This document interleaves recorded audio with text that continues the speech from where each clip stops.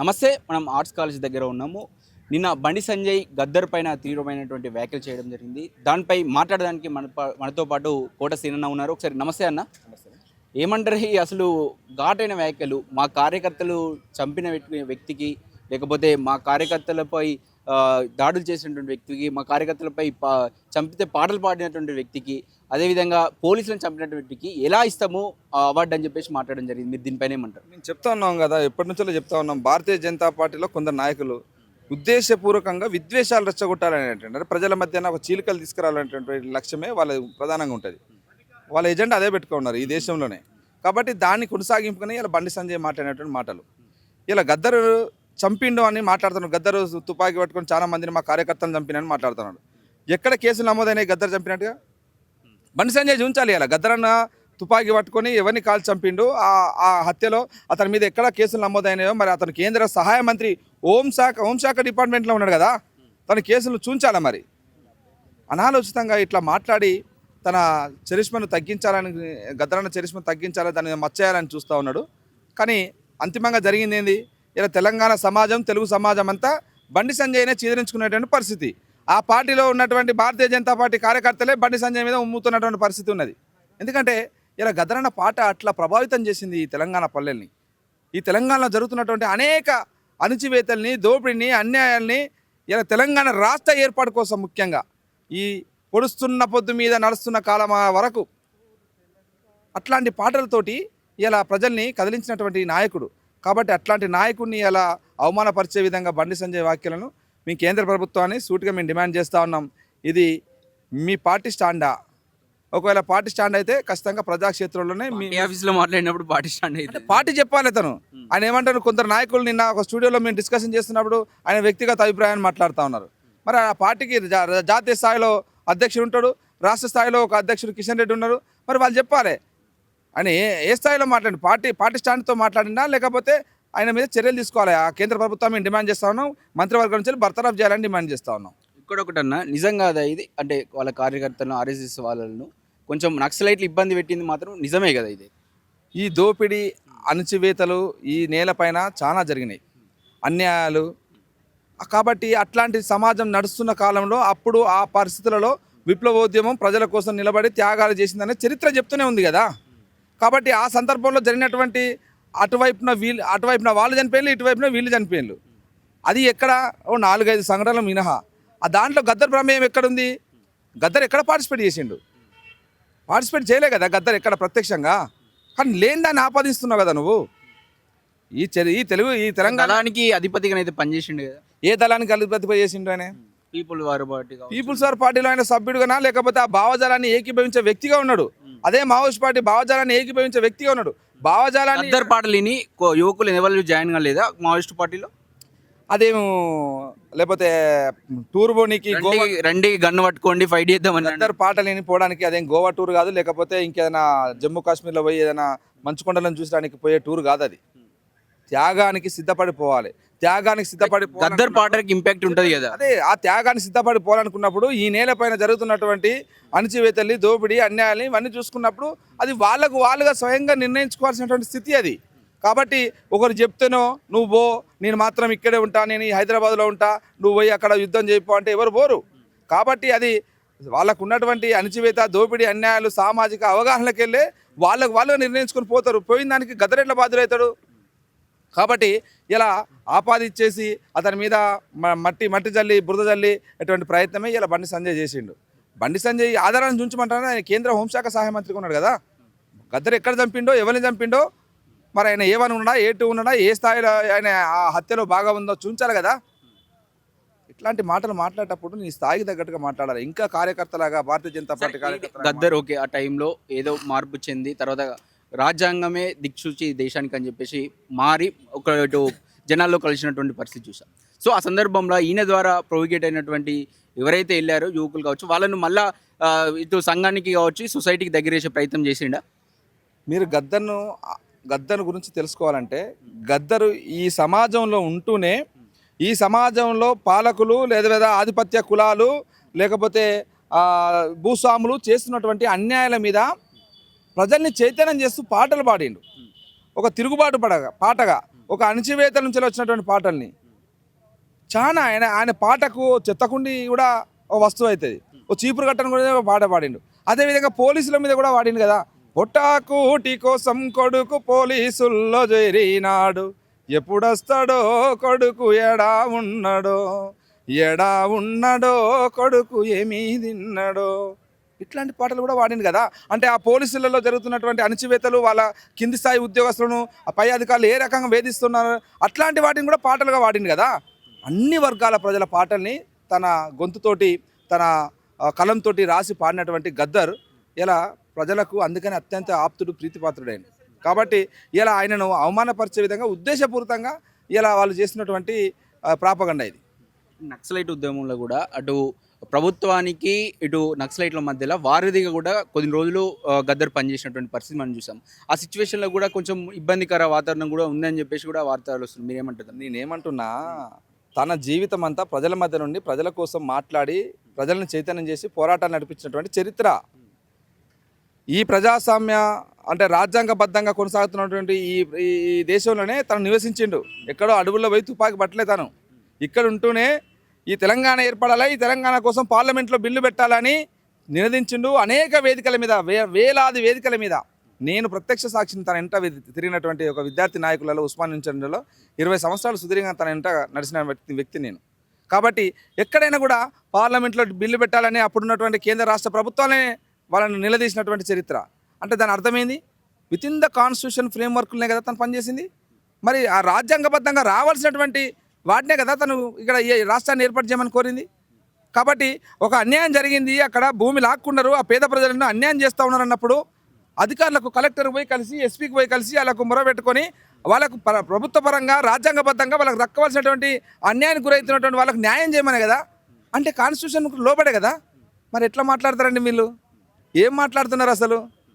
కాబట్టి వీళ్ళు కేవలం గద్దర్ మీద ఒక ప్రాపగండ క్రియేట్ చేసేసి అతని మీద బురద జల్లడానికి కోసం, తెలంగాణ కోసం మాట్లాడతాం. తెలంగాణ ఉద్యమం విషయంలో గద్దర్ని ఎవరు తప్పబడతలేరు, అందరూ సపోర్ట్ చేస్తారు. ఇక్కడ ఇంకొకటి ఏమంటున్నారు అంటే జాతీయవాదుల పైన దాడులు చేయడంలో ముఖ్యంగా ఉండు తెలంగాణ నుంచి అని చెప్పేసి వాదన. ఎవరు జాతీయవాదులు అంటే ఏంటి నాకు చెప్పాలి, మీరు చెప్పాలండి. జాతీయవాదులు దేశం కోసం కొట్లాడారు. దేశం కోసం ఎవరు కొట్లాడలేదు? మేము కొట్లాడతలేమా? ఈ దేశ సంపద, ఈ దేశం కోసం మాట్లాడుతారంట. మీరు నక్సలైట్లను పోయి అడగాలి, మావోయిస్టులను పోయి అడిగితే చెప్తారు. వాళ్ళు ఎవరి కోసం కొట్లాడుతున్నారని చెప్తారు. అంటే వాళ్ళు కూడా ఈ దేశ ప్రజల కోసమే కొట్లాడుతున్నామని చెప్తా ఉన్నారు, చేస్తా త్యాగాలు కూడా చేసుకుంటూ పోతా ఉన్నారు కదా. దానికి వీళ్ళు ఎట్లా మాట్లాడారు? వీళ్ళే దేశభక్తులు ఎట్లయితారు? వీళ్ళు దేశభక్తులు ఎట్లయితారండి? ఈ దేశంలో ఉన్న సంపదనంతా కూడా ఆదానికి అంబానికి దోచి పెడతా ఉన్నారు కదా.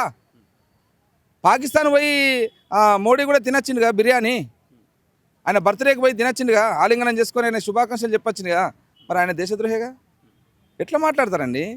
వీళ్ళే దేశభక్తులు అంటే భారతీయ జనతా పార్టీలు ఉంటే దేశభక్తులా? మరి ఈ దేశభక్తులు నేను అడుగుతున్నాను. మరి 2 కోట్ల ఉద్యోగాలు సంవత్సరానికి 2 కోట్ల ఉద్యోగాలు మోడీ ఇస్తా అన్నాడు. 2 కోట్ల ఉద్యోగాలు సంవత్సరానికి దేశంలో ఉన్నటువంటి విద్యార్థి నిరుద్యోగులు ఇవాళ లక్షల కోట్ల మంది ఇవాళ గ్రాడ్యుయేట్స్ పూర్తి చేసుకొని ఉన్నారు, వెయిట్ చేస్తారు. ఎందుకు ఇస్తలేరు మీరు? 15 లక్షలు మరి అకౌంట్లో తెరుచుకొని ఉన్నాం, నీకు పడ్డాయి అకౌంట్లో? మరి నాకు కూడా పడలేదు. మరి ఇవి 15 లక్షలు ఇవి నల్లధనం తీసుకొచ్చి మొత్తం అందరికి ఇస్తున్నారు కదా. మొత్తము దేశంలో ఉన్నటువంటి ప్రజలు సృష్టించుకున్నటువంటి సంపదనంతా కూడా ఇలా ప్రభుత్వ రంగంలో నడుస్తున్నటువంటి అన్ని వ్యవస్థలన్నిటిని కూడా రైల్వేస్ నుంచి మొదలెడితే, ఎల్ఐసి నుంచి మొదలెడితే మొత్తం పైప్ లైన్లు అన్నీ కూడా మొత్తం అన్నిటిని కూడా మొత్తం కార్పొరేట్ శక్తులకు కట్టబెడతా ఉన్నాడు కదా. ఇదేనా దేశభక్తి? సరే, ఓకే. మీరు ఇప్పుడు ఇది చూస్తూ ఉంటే ఏ ప్రాతిపదికన తీసుకుందాం? గద్దర్ నక్సలైట్ ఉద్యమాలు తీసుకుందామా, లేకపోతే భారతీయ జనతా పార్టీకి ఉన్నది బ్రిటిష్ దేశభక్తి. సావర్కర్ వారసులు కదా వాళ్ళు, వాళ్ళే చెప్పుకుంటారు కదా. సావర్కర్ ఏం చేసిండు? బ్రిటిష్ వాళ్ళ బూటు తుడిచిండు.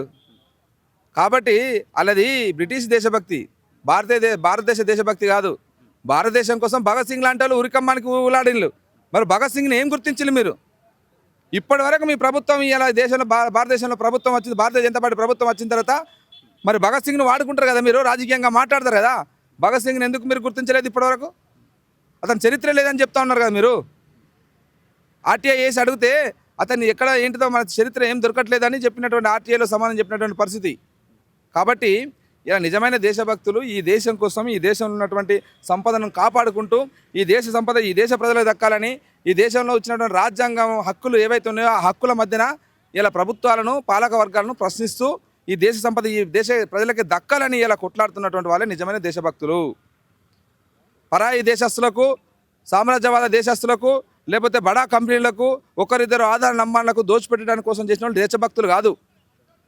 కాబట్టి ఇది గుర్తుంచుకోవాలి. అవార్డు విషయంలో ఏది ప్రాతిపదికన తీసుకుందాం? అటు నక్సలైట్ ఉద్యమాలను తీసుకుందామా, లేకపోతే ప్రజా ఉద్యమాలను తీసుకుందామా? మీరు మళ్ళీ చెప్పండి. నక్సలైట్ ఉద్యమాలను ప్రాతిపదిక తీసుకుందామా, ఇటు ప్రజా ఉద్యమాలను తీసుకుందామా? దేని విషయంలో? ఇటు అవార్డు ఇచ్చే విషయంలో నక్సలైట్ ఉద్యమాన్ని ప్రాతిపదిక తీసుకోమని ఎవరు చెప్పారు? రేవంత్ రెడ్డి గారు రెండు కదా, ఆయన జీవనంలో రెండు ఉన్నాయి కదా. అవునండి, ఆయన భావజాలాన్ని కలిగి ఉన్నాడండి. ఇలా భిన్న భావజాలను ఎవరైనా కలిగి ఉండొచ్చు. కలిగి ఉన్నంత మాత్రాన వాళ్ళను మీరు వేరుగా చూస్తారా? ఒక్కొక్కరికి ఒక్కొక్క ఐడియాలు ఉంటుంది. ఒకరికి ఒక దేవుడు నచ్చుతాడు, ఇంకొకరికి దేవుళ్ళను విశ్వసించే వాళ్ళ లోపట్నే సాయిబాబాను నమ్మిన వాళ్ళు ఇంకో దేవుని దగ్గరికి పోరు. తిరుపతి వెంకటేశ్వర స్వామి నమ్మిన వాళ్ళు ఇంకొక అడిగారు. మా ఊళ్ళో పోషమ్మనే వాళ్ళకి పెద్ద దేవుడు. పోషమ్మ తప్పితే మేమెందుకు పోతాం కాడికి అంటారు. ఏ దేవుడు కాడికి పోరు, పోషమ్మనే దేవుడు. దేవుడు వేరు, దేశం వేరు. కాబట్టి కోసుక తినేటి ఏమున్నా మా అట్టడుగు పేద ప్రజలందరికీ కోసుక తినేటువంటి 2 గాలేదో 4 గాలేదో కోసుక తినే దేవుడే మా వాళ్ళకి దేవుడు. మరి తీర్థం నైవేద్యం పెట్టి ఉపవాసం కడుపెండ పెట్టే దేవుళ్ళు మా ఊర్లో ఎవరు నమ్మరు. కాబట్టి ఇలా ఒక్కొక్కరు ఒక్కొక్క అభిప్రాయాన్ని కలిగి ఉంటారు, ఒక్కొక్కరు ఒక్కొక్క విశ్వాసాలు కలిగి ఉంటారు. విశ్వాసాలు కలిగినంత మాత్రాన మీరు నేరారోపణ ఎట్లా చేస్తారని అడుగుతాను. మేము ఒకటే అడిగేది ఏంటంటే, సో ఆ ప్రతిపదిక ఏది తీసుకున్నా? రాష్ట్ర ప్రభుత్వము గద్దరు చేసినటువంటి త్యాగాన్ని గౌరవించి గుర్తించి తన ప్రతిపాదన పంపింది. చుక్కరామయ్య గారిని కూడా ఒక విద్యావేత్త అని చుక్కరామయ్య గారిని గుర్తించి ఆ చుక్కరామయ్య పేరు పంపింది. ఇలా గోరెటి వెంకన్న గారు ఒక భారతీయ రాష్ట్ర సమితి బీఆర్ఎస్ పార్టీ ఎమ్మెల్సీగా తను ఉన్నాడు. తను ఒక మంచి వాగ్గేయకారుడు, తను కవి రచయిత. కాబట్టి తనను కూడా పార్టీ వేరైనప్పుడు కూడా కాంగ్రెస్ ప్రజాప్రభుత్వాన్ని గురించి మీరు ఒక్కసారి ఆలోచించండి. పార్టీ వేరైనా కూడా తన పేరును కూడా ప్రతిపాదన పంపింది. ఈ రాష్ట్రానికి రాష్ట్ర గీతాన్ని అందించినటువంటి అందశ్రీ లాంటి పేరు పంపింది. అట్లాంటి తెలంగాణ ప్రతికలుగా ఉన్నటువంటి వాళ్ళ పేర్లు పంపితే మీరు అవమానకరంగా మాట్లాడతారు అర్హత లేదని. మరి ఆయనకి ఏం అర్హత ఉందో, ఆయనకి ఏ అర్హత ఉంటే మరి అంటే రేపులు చేసి అత్యాచారాలు చేసిన వాళ్ళను వెల్కమ్ పలికి జైలు నుంచి వెళ్ళి వెల్కమ్ పలికి సన్మానాలు చేసినటువంటి చరిత్ర భారతీయ జనతా పార్టీది. ఆల్రెడీ ఇప్పటికే ఆరోపణలు వస్తూ ఉన్నాయి. పద్మ అవార్డులు ఇచ్చిన దాంట్లో కూడా అత్యాచారాల ఆరోపణలు ఉన్నటువంటి వాళ్ళు, నేర ఆరోపణలు ఉన్నటువంటి వాళ్ళు ఆ లిస్టులో ఉన్నారు కొందరని. ఆంధ్రప్రదేశ్ చెందినటువంటి ఒక అతను ఎవరో ఉన్నారని, ఇంకా ఉత్తర భారతంలో కూడా ఒకరిద్దరు ఉన్నారని ఆరోపణలు వస్తున్నాయి. కాబట్టి అట్లాంటి వాళ్ళకి ఇస్తామనేది వాళ్ళు చెప్పగానే చెప్తున్నారా? ఈ దేశంలో ప్రజల కోసం సేవ చేసినటువంటి వాళ్ళను, వివిధ రంగాల్లో వాళ్ళ నైపుణ్య ప్రతిభను ప్రదర్శించే వాళ్ళను, కళారంగంలో, సాహితీ రంగంలో, సినీ రంగంలో, వివిధ రంగాల్లో వాళ్ళ ప్రతిభను ప్రదర్శించిన వాళ్ళ కోసం ఇలా ఆ అవార్డు ఇచ్చి గౌరవించుకుంటుంది.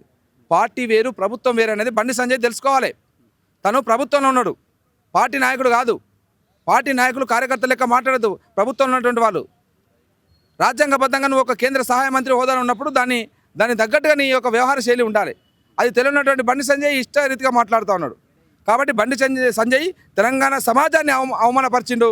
తెలంగాణ ఉన్నటువంటి చుక్కరామయ్య లాంటి, జయదీ తిరుమల లాంటి వాళ్ళను, గోరెటెంకలను, అందశ్రీ లాంటి వాళ్ళను, దళితులందరినీ కూడా అవమానపరిచినట్టే. బండి సంజయ్ బహిరంగ క్షమాపణ చెప్పాలి. బండి సంజయ్ని మంత్రివర్గం నుంచి బర్తరఫ్ చేయాలని ఇలా నరేంద్ర మోడీని డిమాండ్ చేస్తా ఉన్నా. మందకృష్ణకి ఇచ్చారు. సో ప్రజా ఉద్యమాల ద్వారా వచ్చిండు, కాన్స్టిట్యూషనల్గా ఒక ఉద్యమాన్ని ప్రోగ్రెస్ చేసిండు. సో ఆ తరుణంలో మందకృష్ణకు అవార్డు ఇవ్వడాన్ని మీరు ఎలా చూస్తారు? మందకృష్ణకు ఇవ్వడాన్ని మేము స్వాగతిస్తూ ఉన్నాం, మేము హర్షిస్తూ ఉన్నాం.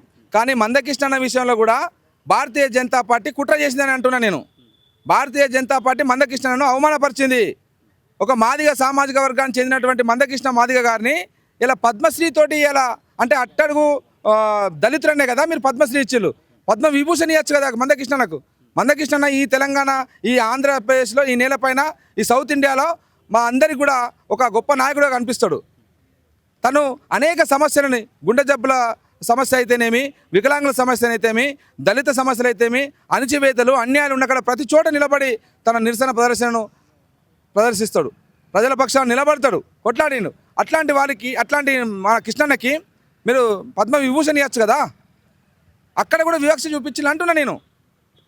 కాబట్టి ఇలా దళితులనే ఇలా పద్మశ్రీ ఇచ్చిళ్ళు. చివరికి ఉన్నటువంటి ఆ పద్మ అవార్డులలో చివరికి ఉన్నటువంటి పద్మశ్రీ అవార్డు ఇచ్చిళ్ళు.